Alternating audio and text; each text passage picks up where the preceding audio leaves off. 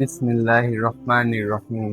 খতামাল্লাহু আলা কুলুবিহিম ওয়া আলা সামিহিম।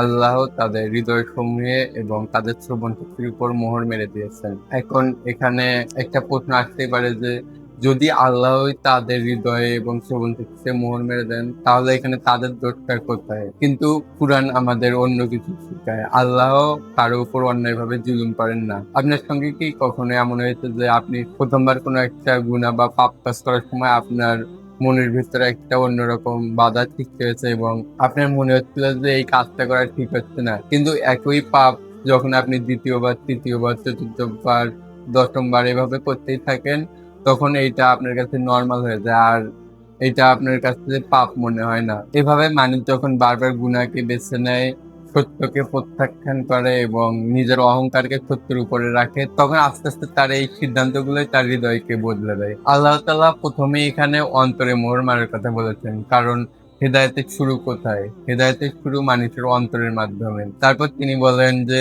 তাদের শ্রবণ শক্তির উপরও। খেয়াল করেন অনেক মানুষ সত্য শোনে, কুরআনের বাণী শোনে, হাদিস শোনে, কিন্তু এগুলো তাদের হৃদয়ে পৌঁছায় না।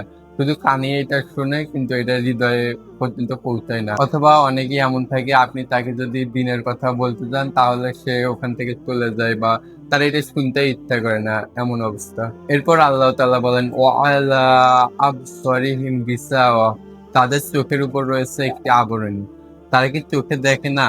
না, তারা সবকিছু চোখে দেখে। তারা আপনাকে দেখে, প্রকৃতি দেখে, আশেপাশে সবকিছু দেখে, কিন্তু তারা আল্লাহ তাআলার নিদর্শনগুলো দেখতে পায় না। প্রকৃত সমস্যা তাদের চোখে নয় বরং তাদের দৃষ্টিভঙ্গিতে।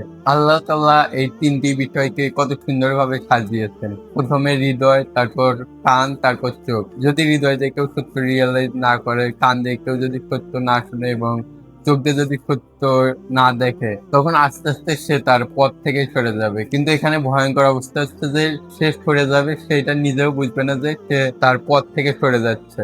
এই আয়াতটা এখানেই শেষ হয় না। আল্লাহ তাআলা আরো বলেন ওয়ালাহুম আযাবুন আযীম, এবং তাদের জন্যই রয়েছে মহা শাস্তি। আল্লাহ তাআলা শুধু শাস্তি বলেই থেমে যাননি, তিনি বলেছেন আযাবুন আযীম, মহা শাস্তি। তিরমিজি 3334 নম্বর হাদিসে রাসূলুল্লাহ সাল্লাল্লাহু আলাইহি ওয়াসাল্লাম বলেন যে যখন কোনো মানুষ একটি পাপ করে তার হৃদয়ে একটি কালো দাগ পড়ে। যদি সে সাথে সাথে তওবা করে তখন ওই দাগটা মুছে যায়, আবার আগের মতো অবস্থা হয়। আর যদি সে তওবা না করে বরং আবার পাপ করতেই থাকে তখন তার হৃদয়ে কালো দাগ পড়তেই থাকে। এমন অবস্থা হয়ে যায় যে সেই হৃদয়ে সত্য আর প্রবেশ করতে পারে না। এইটাই এই আয়াতের প্রথম অংশের অবস্থা। কিন্তু আলহামদুলিল্লাহ মানুষ যতদিন মৃত্যুবরণ করেনি ততদিন আল্লাহর কাছে তার তওবার দরজা খোলা আছে। যদি কেউ তওবা করে আল্লাহর দিকে ফিরে আসে তাহলে আল্লাহ তার দিকে রহমত নিয়ে ফিরে আসবে ইনশাআল্লাহ।